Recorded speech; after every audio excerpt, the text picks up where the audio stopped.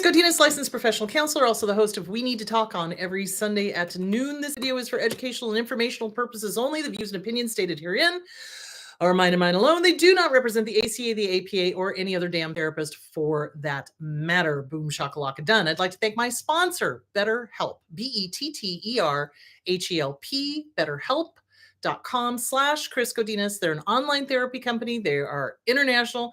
They've got over 30,000 therapists working for them. I've gotten great feedback from people using them. So thank you, BetterHelp.com/Chris Godinez. Okay, so today's current event. So the big ugly bill is going after Medicaid. Who is this going to affect? This is going to affect the elderly. This is going to affect the disabled. And one of the incredibly non-human senators said something to the effect of, well, people on Medicaid can just get a job. Really? I'd love to see a list of companies that are hiring 80-year-old Alzheimer patients. Seriously, show me that list. Show me who's going to hire somebody that's disabled or is elderly and has Alzheimer's. So this is going to adversely affect everybody. What do they think is going to happen to these people? Obviously, they don't care. So please contact your senators, contact your representatives. I think the representatives have already passed it through to the Congress. So you've got to contact them and let them know this is not okay. You're not okay with your benefits that you've paid into being taken away from you. And that goes for Social Security as well. So something you need to think about. Okay, so that is the current event. All right, today, what I want to talk about is naivete versus cynicism. And how about we go for some balance here? So what happens to us? So as survivors of abuse, if we do not handle the trauma, if we don't work with a therapist or get the books that I've suggested that I talk about all the time, the CPTSD from Surviving to Thriving by Pete Walker, Disease to Please by Harriet Breaker, Facing Codependency by Pia Melody, so many. Inner Child Workbook by Catherine Taylor, Regaining the Inner Child by Lucia Cappuccioni. All of those books. If you do not work on yourself, I will give you 3 guesses who's running the show, and it is not adult you. It is your inner child. So when we come out of a toxic, abusive, nasty relationship, whether that is a family of origin, a romantic relationship, office situation, anything where we have been damaged, okay? We will come out of it doing one of 2 things. And I'll give you 2 guesses why we do that. So we either are incredibly naive and we make excuses and we forgive when we shouldn't. And we, let them off the hook, basically, or we find ourselves leaving that relationship and then doing that for other abusers. Or we become incredibly cynical and we're just like, nope. And neither one of those reactions is healthy. Why? Because they are extreme reactions on either side. It's like all, nothing, good, bad, black, white. It's called splitting. So healthy skepticism, cautiously optimistic is okay. But if you're going into naivete and minimizing, or you're going into screw everybody, I can't trust a single person on the face of this planet, screw everybody. No, that's not good. So how do you stop yourself from doing either or? Well, let's talk a little bit about what the heck is going on. So when we come out of an abusive relationship and we have been abused, okay, and we come out into the world, a lot of us have got this toxic positivity going on. Can't say anything bad about anybody, can't speak the truth, can't tell the truth about the abuser, have to make excuses for them because we had to when we were living in the family of origin very often. Have to excuse the behavior, have to ignore the behavior, have to minimize the behavior. Oh, it's not that bad. Everybody's good. Everybody's got my best interest at heart. No, darlings, they do not. They do not. And it's just as bad as saying nobody has my best interest at heart. So when we're doing that minimization, oh, it's not that bad. Oh, well, they're having a bad day. I'm sorry. I've had plenty of bad days, and you don't see me going around raging at people or hitting people or anything else. Okay. So that's a load of crap. So where is that coming from? And let me give you a great example. So this last weekend, I was hanging out with some friends, and one of my girlfriends who has had a family history of abuse and has dated abusive partners. I was telling her about a scam artist who was disordered beyond belief and was trying to use intimidation and everything else on me. And I'm just like, I'm sorry, do you know who I am? And so I was telling her the situation and what happened and how I dealt with it, which I pretty much shut him down. And she immediately was like, well, maybe they didn't mean. And I was like, whoa, whoa, whoa, whoa, whoa. What? Where FUQ? What? Why are you excusing this person's clearly intimidating, unethical behavior? What is up with that? So what was happening is her inner child, probably around age 4, jumped in and started minimizing and started, oh, it's not that bad. Or, well, maybe they meant this, or maybe you misunderstood. I did not misunderstand a damn thing. And that is dangerous, guys. That is going to get you dead. Okay. That whole minimizing, oh, I've misunderstood. Oh, I'm not, that's going to get you dead. So let's talk a little bit about naivete, naiveness. Okay. To avoid being lured into bad choices, pay attention to your gut. Now, this is on Psychology Today. This is by Andrea Matthews, LPC. All right. Naivety is synonymous with innocence and inexperience, but it's also gullibility. To overcome the tendency to only see the good in others, we can tap into our own internal guidance system. So what does it mean by naivete? An easy way to understand the concept is to look at the synonyms for the word innocence, gullibility, inexperience. Those are a few of the synonyms. So you see, naive can be applied to people who are not mature enough or experienced enough to make adult decisions. Please understand, this is going to connect back into the inner child. But the word also indicates that we can be unable or unwilling to reflect on life in such a way as to see through the lies, the tricks, the inappropriate or unethical actions and words, manipulations, and emotional and verbal abuses of others. Naivete, of course, is the mindset of every child.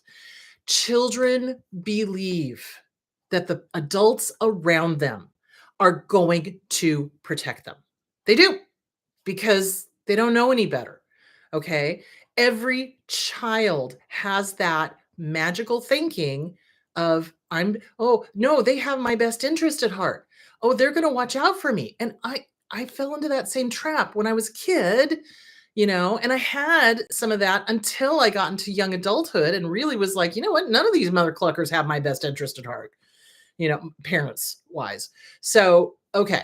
One common example is when we just cannot allow ourselves to believe that a friend or a partner would ever lie, cheat, or steal, all the while they are lying, cheating, or stealing, and we are ignoring the red flags. In this case, as in many others, we are not paying attention to our own inner signals, your gut instincts, that would inform you of what might be going on. We've been taught to remain naive because this is considered to be the most righteous or good way to live, always giving people the benefit of the doubt. So here's the deal. There is nothing wrong with giving people the benefit of the doubt. Caveat, except you listen, but you verify. It's skepticism. You have a healthy dose of skepticism, okay? It's kind of like, and you listen to your body. You listen to your gut instinct. The gut is a yes or no answer to a yes or no question. The head and the heart tell stories and mess you up. Well, but this and well, but that. Well, maybe they were having a bad day. Well, maybe they didn't mean it. Well, maybe you misinterpreted it. But shut the bleep up.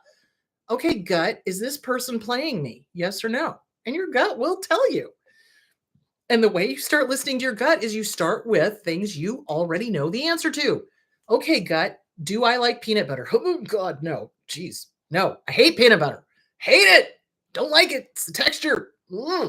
But do I like Reese's peanut butter cups? Oh, sweet baby Jesus, yes. And it's a calm yes or no. Well, not really calm. It's very visceral. It's like, oh, God, no, or oh, yeah. So, but there's no story. So you start with things that you already know, and then you apply it to things you're not sure of. And you listen to your gut. You do not listen to your head or your heart. Okay.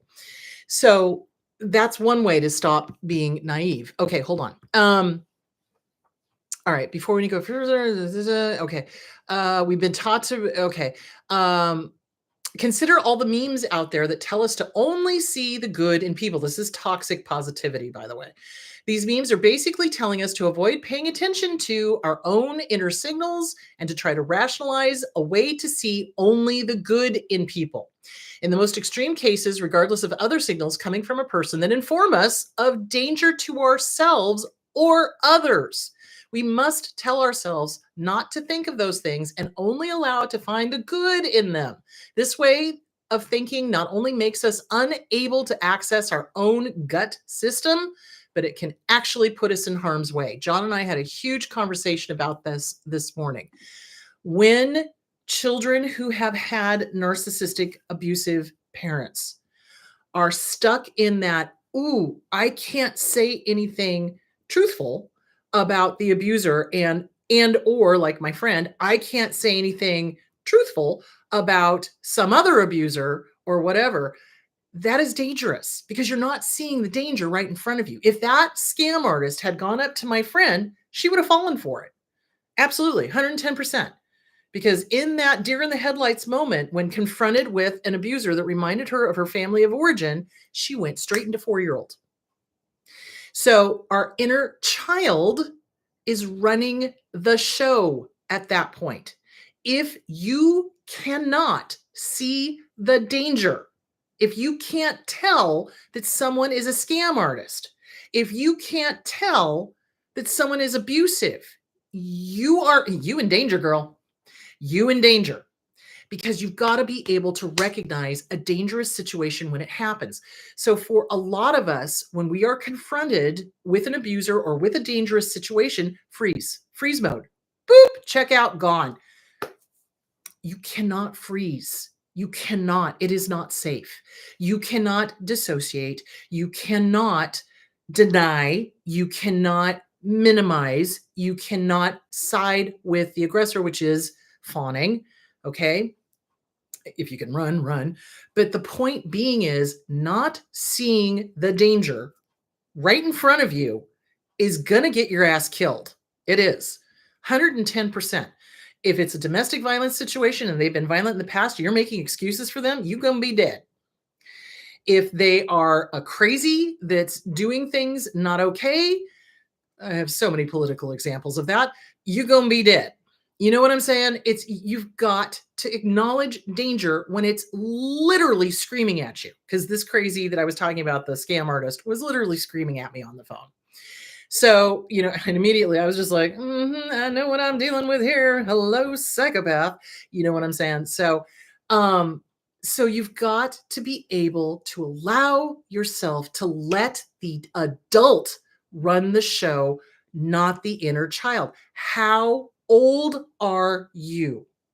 In that moment that you switch and you go from adult, capable you to, oh, well, no, well, maybe they didn't mean it, or you're hearing it wrong, or how old are you? How old are you? Your inner child is running the show. Your inner child is going to get you killed. The adult you needs to run the show. That's why I'm saying you've got to work with a trauma therapist. This is a trauma response, guys. When we start minimizing, when we start making excuses, when we go into that toxic positivity and that we can't say anything bad about anybody, that is a trauma response. How old are you? Work on the Inner Child Workbook by Catherine Taylor, or Regaining the Inner Child by Lucia Cappuccioni, or one of the literally thousands of books on helping your inner child grow up. So it's dangerous to allow a 4-year-old to start siding with the aggressor. So what's going on? So it's an ego defense. Both of these are ego defense. The minimization is an ego defense. The cynicism is an ego defense. And we're going to get to that in just a minute. So when we are young and we are at the mercy of an abuser, or when we are trapped in an abusive relationship and we are at the mercy of an abuser, we will side with the abuser in order to keep ourselves safe. And that is a very young, maladaptive way of dealing with abuse. Okay. Because there's no tools. We didn't have the tools. Nobody taught us the tools. Our inner child didn't have the tools. And so we learned really quickly if we just acquiesce and if we just, oh, we'll be toxic positivity, they'll stop because they're getting what they want. That works for a while, but it does not work out of side of that relationship. You get out into the world and you're going to have scam artists, psychopaths, narcissists, malignant borderlines, doing all sorts of stuff. And if you're making excuses for them, they are going to go, oh, lunch, great. You can't do that, guys. You can't. You must work on your inner child to grow them up so that they are adults and that the adult you is the one going, I hear you knocking, Mother Clucker. You cannot come in. Do you see where I'm going with that? So there is that. Okay, hold on. Back to naivete.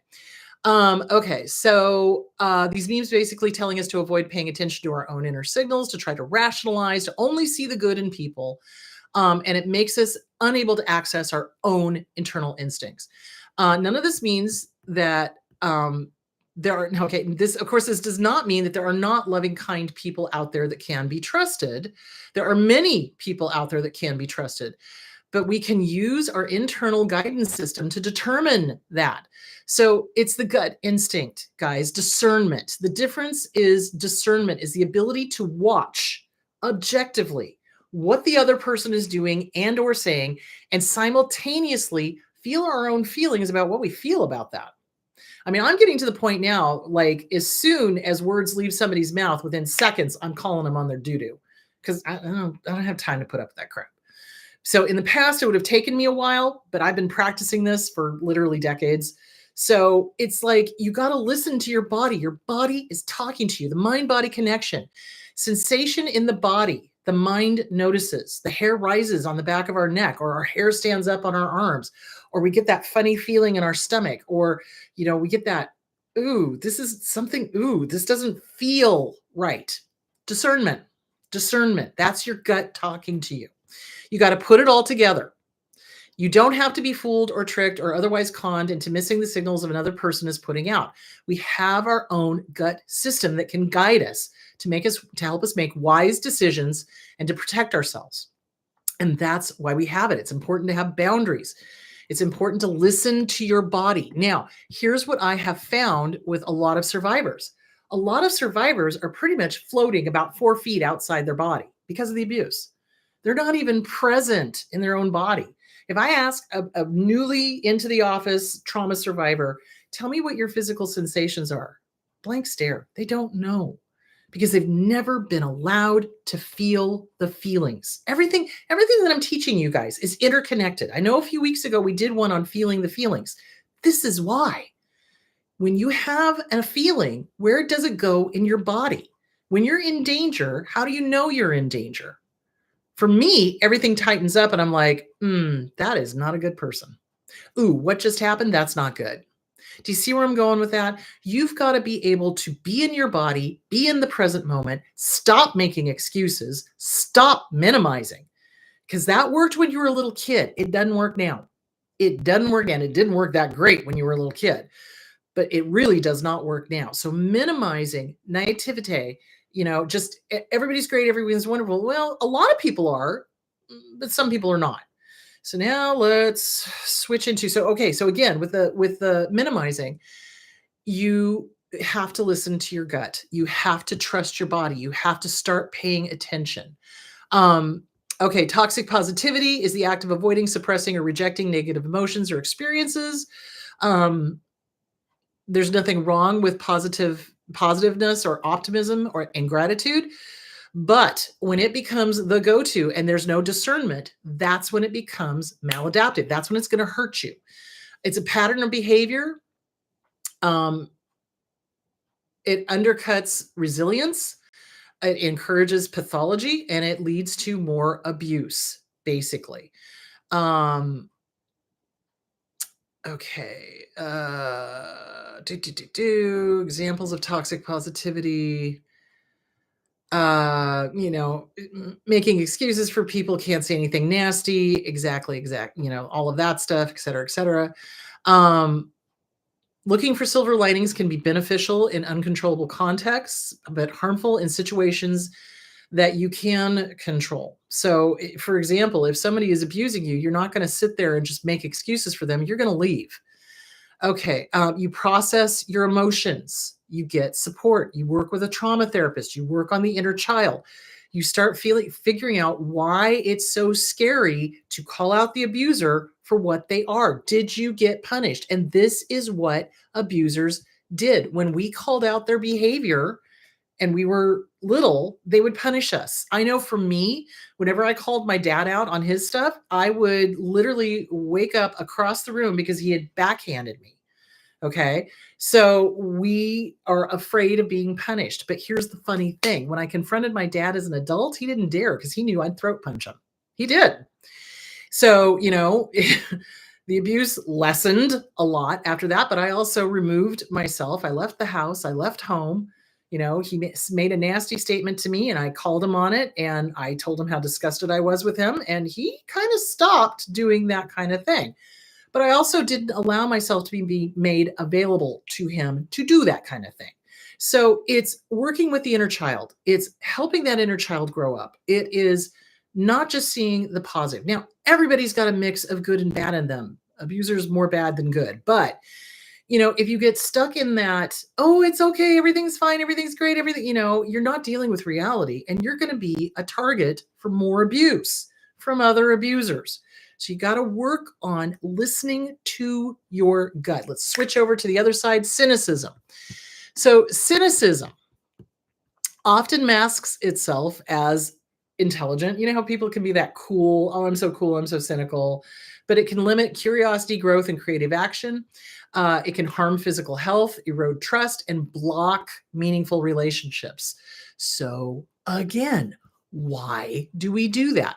Because we are trying desperately to protect ourselves. Cynicism is born of betrayal. Let me say that again. Cynicism is born of betrayal. So just like naivete is born, I keep saying that word wrong, but you know what I'm saying. Being naive is born of the need to feel loved and taken care of, and they have my best interest at heart, and everything's fine. Everything's fine. It's on fire, but everything is fine. Okay. Cynicism is born of betrayal. We have been hurt to the core. We have been betrayed by the very mother cluckers that were supposed to protect us, whether that was a parental unit, a spouse, a friend, a coworker, a boss, whatever. That is why we do cynicism. It's a protection. But the problem with cynicism is that we then don't trust anybody. And that is, say it with me, a trauma response. And also needs a healthy trauma therapist to help you take down those walls, but have a good boundary. So it's about balance, guys. You don't want to be way over here and you don't want to be way over there. You want to be in the center with a good boundary and the word no at the ready. So cynicism, let's get back to that. Cynicism has a certain appeal. It makes us feel safe, sophisticated. It's ahead of the curve. In a world filled with spins, scams, and sugar-coated corporate speak, being cynical can feel like the only intelligent option. The voice in our head says, yeah, right. When someone shares good news, it's an eye roll that we offer a new initiative at work. It's the default setting that whispers, I've seen this before and it's not going to work. Or, yeah, you're telling me you love me, prove it, whatever. So there's a difference, though, between cynicism and critical thinking. And I think that is what we need to go for. So just like with the being naive, you need to go with, okay, intuition, gut feelings are important, feeling your body, okay? With cynicism, you must use logic and critical thinking. That is hugely important. Let's be clear, critical thinking is not the enemy. We need thoughtful analysis, constructive criticism or skepticism, and an ability to question narratives. But cynicism is not the same as critical thinking. So critical thinking takes, kind of analyzes everything and kind of looks at it from all different angles before coming up with a decision. Cynicism shuts it down immediately. Cynicism shrugs it off and goes, it's all BS. Nope, we're done. And that's not critical thinking. You must use critical thinking. Critical thinking has curiosity, openness, solution seeking. Cynicism is closed, dismissive, and stagnant. Some people have referred to cynicism as lazy skepticism. I don't buy that. I think it's a protection. I think it's what keeps us safe, because if we say no to everything, there's no possibility of being hurt. Because let's talk about it. How hurt were we as kids? Pretty goddamn hurt.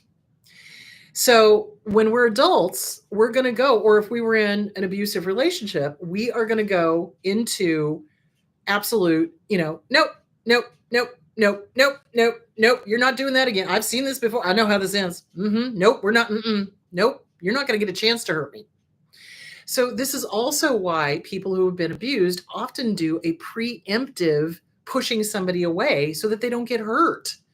So it's all about ego defense, and it's all about a trauma response. So cynicism, oh, nothing's good, everything's bad. They're using me. They're gonna, they're not gonna be a good person. Da da da. Well, you don't know until you know them. Okay, but when you start knowing them, watch the behaviors. Behaviors tell you everything you need to know about a person. Remember, abusers can say the prettiest words and absolutely say the right thing. But if they do not follow it up with action, if they do not follow it up with correct behavior, they are a liar. Actions and words must match. If they do not, you are dealing with a liar. So back to cynicism. Hold on. Okay. Okay. All right. Hidden cost of cynicism: health, relationships. It erodes trust. It makes it impossible to have a healthy relationship. You want to shift from cynicism to constructive skepticism. Replace that'll never work or they're horrible people with, well, let's see. Let's keep the boundary up. Let's see. Let's see where this goes. But as soon as they start showing red flags, you're going to put the kibosh on it. Check the motive. Is this disbelief or is it disengagement? So oftentimes when somebody who's been abused is being told that they're loved by even a really good partner, they will kind of go, whatever. Seriously, I find myself doing that as well. I do. And it's because, I've heard that before from my dad. I love you. And then 2 seconds later, he's hitting me, or he's trying to sexually molest me, or he's doing some other heinous thing. So you don't believe. You don't believe. So that's why it's a case of, okay, there's a little bit of skepticism in there because of my past. However, the evidence shows from this person that they are trustworthy. Okay. So it takes discernment. It's all about discernment, and it's all about separating out your past from your present. And it's like, okay, is the behavior from this person who's telling me they love me consistent? That's really important. Consistency is hugely important. Growth is hugely important. Words and actions matching, hugely important. So you want to discern all of that. Okay, hold on. Let me get back to this. Am I trying to protect myself from disappointment? So that's the difference between disbelief and disengagement. Sometimes we call cynicism is really just a socially acceptable way to disengage. If you find yourself, pushing people away, et cetera, not allowing compliments. Am I trying to protect myself from disappointment? I become jaded because I've seen this before. Am I offering criticism or just shutting down? That kind of thing. Choose contribution over commentary. So instead of judging things, you just kind of accept and check it out and see how it is.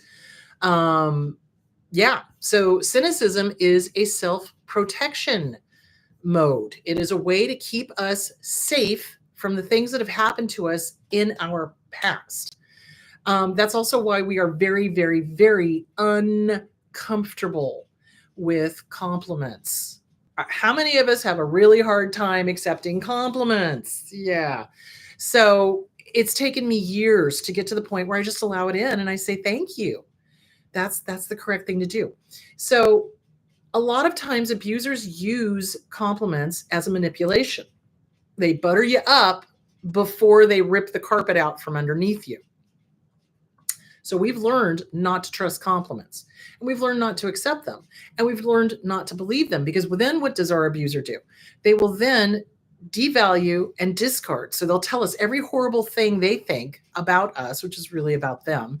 And so we come out of that relationship going, I can't believe compliments at all, because everything I thought was good about me, they said they hated, and then they left me.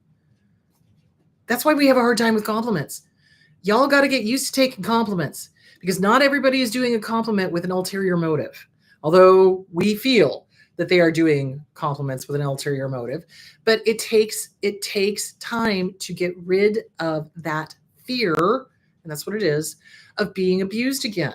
So it is normal in the beginning to swing wildly between naivete, I think I just said that right, and cynicism. What you really want is optimistic but caution. So cautiously optimistic, allowing compliments in and not making them mean necessarily anything. It's like, oh, that's nice to hear, but your self-esteem does not depend on that compliment. Your self-esteem is good to begin with. And we have a really hard time with compliments because they were used as weapons against us. Or we were given that false sense of humility, which is what narcissists do to their children. You can't accept a comment. You're arrogant. You're this. You're that. You guns. They're talking about themselves. 2 fingers pointed out at you. 6 pointed back at them. So, oh, you can't acknowledge that you're a good person. You can't acknowledge that you're talented. You can't acknowledge. Yeah, you can. You can. You absolutely can. So narcissists love to tell their kids that they can't acknowledge themselves. And that's done on purpose. They're trying to rip away your self-esteem. So we have a hard time accepting compliments. I want you to practice. Go in front of the mirror, set a timer, and for 1 straight minute, give yourself compliments. 1 straight minute. Wow, I really love your hair. I love your laugh. I love how funny you are. I love your intelligence. I love, and you just keep going for 1 straight minute. And it's going to feel really uncomfortable. I encourage you to do it. Do it. It's going to help your self-esteem, and you're going to get used to accepting compliments. So what do you do if you're not comfortable with compliments? What do you do? Think of the compliment as a gift. It is literally a verbal hug from somebody. It is literally a verbal gift that they are handing you. So when you shove it away and you're like, oh no, you too, or oh gosh, I like you, and you're not really letting it in, it's almost like you've taken the gift and you've shoved it back in their face. So what you're going to do is you're just going to say, thank you. Wow, thank you. Thank you for seeing me. Thank you. That's it. That's all you're going to do. You don't have to compliment them back unless you feel motivated to do so because you really do like that Hawaiian shirt they're wearing, but you don't have to.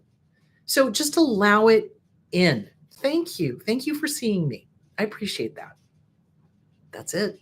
That's all you do.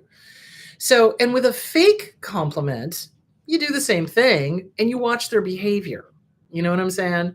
So, like I said, narcissists will do that. They'll butter people up and then they'll try to push boundaries. And if they try to push boundaries, you put the kibosh on that. Absolutely. This is where boundaries are important.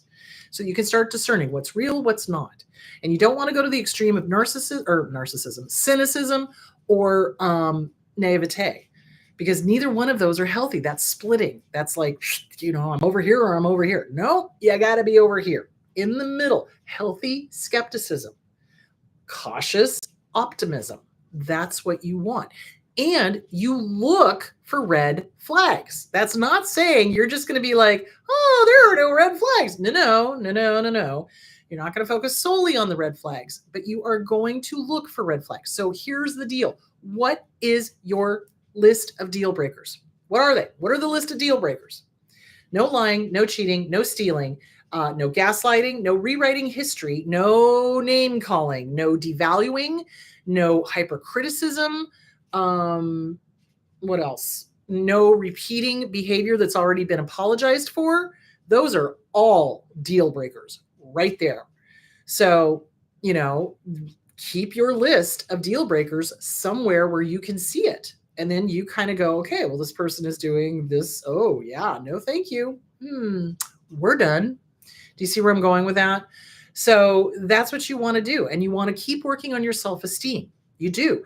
Self esteem helps us to not be either naivete or cynical. It does. It helps us find that middle path because we learn to trust ourselves. The reason we don't is because of all the abuse. I have people that are like, I couldn't have picked another abuser. I couldn't have. Well, did you work on the trauma? Did you work on the inner child? No. Your inner child is doing the picking. It's got to be the adult you. You've got to learn to trust yourself. You've got to learn to listen to your gut. You've got to learn to have cautious optimism and healthy skepticism and great boundaries. That's what this is all about. So that's why when we start dating, we're either like, oh, they're lovely, they're wonderful, there's nothing wrong with them, which is dangerous. Or we get into this isolation mode where we're like, giving the middle finger to everybody and just being like, which I don't blame you. I did that too at one point because it was like, no, this hurts too much. I'm tired of being hurt. So it's an ego defense. It's a way to keep ourselves safe, but it does not work. So you want to work on the self-esteem. You want to work on your boundaries. You want to work on your inner child. You've got to work on the trauma responses. Absolutely. Both of these are trauma responses. So I would suggest writing and burning. I would suggest journaling, and I would suggest mirror work like a boss. So do all of that. And you must be your own what's the referee? You've got to literally be like, okay, am I falling into that naivete thing? Am I just making excuses? What am I doing? Or am I falling into that pushing everybody away thing? Nothing's good, nothing's right, nobody's trustworthy. You got to also start trusting yourself. Listen to your gut. It will not lie to you. The head and the heart will lie like a mother clucker. The gut is a yes or no answer to a yes or no question. Practice. That's what you need to do.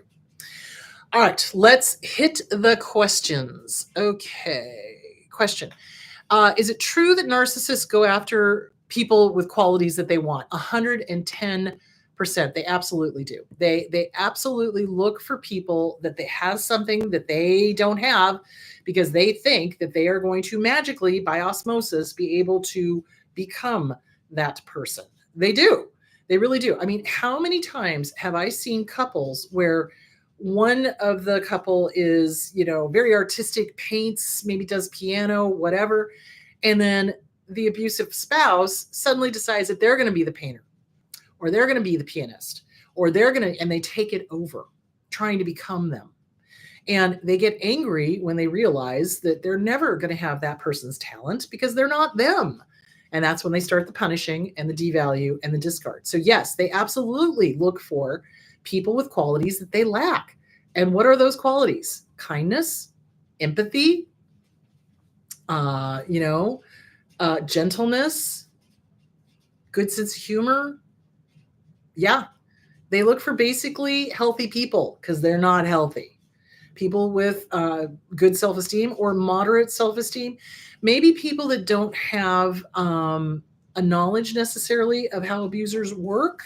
Because healthy, normal people, when you start talking to them about narcissism and you explain how they do things and how bad it gets, a lot of them fall into that naivete thing. Oh, it couldn't be that bad. Yeah, it is. Yeah, they stalk. The dark triads, the psychopath, narcissist, control freak, they stalk, they kill. They're dangerous. They absolutely do. They ruin lives. They financially implode people. If you've ever been in a divorce with one, you'll know that. They will do whatever it takes to destroy the opposing person because the opposing person called them out for being an abusive POS. So yeah, they absolutely want what we have. And when they realize they're not going to get it and they're not going to become us, they become enraged and they want us then dead. That's basically it. So yeah. Okay, let's see. Where is my cursor? There's other questions that are just hard to understand. So okay, so the other questions we'll catch. Okay, so we're going to do the other questions in the middle of the week. So John and I are celebrating our anniversary today, so I'm going to cut it short today. I think it's 33 years we've been together. So anyway, that is that. So that is what I want you guys to work on. I want you guys to work on your self-esteem, inner child workbook, boundaries, all of that stuff. Now, I am taking next week off because it's July 4th and I'm going to be hanging out with my girlfriends. We're going to be barbecuing. We're going to be, girlfriends from high school that I've known since I was, 14. So we're going to do that. And then the next week after that, I'm taking off because I'm visiting family up in Northern California. So anyway, you guys, thank you. You guys have a wonderful week. Watch the naiveness. I can't say that word. I don't know why. Watch the naive stuff. Watch the cynicism. Middle path. It's the Buddhist concept of the middle path. You want to, most people are good. Most, not all. Healthy skepticism, cautiously optimistic. That's what you want. But you pay attention to those red flags. And as soon as the behavior shows you they're not a good person, bye-bye, bye-bye now, bye-bye. And you don't owe them an explanation. All right, my loves, you guys go be awesome. And I will talk to you in 2 weeks. So I'm going to miss the 4th of July weekend. I'm going to miss the weekend after that. It's going to be 3 weeks. So I'll see you guys in 3 weeks. And I will do answers to those questions later this week. All right, guys, talk to you later. Bye.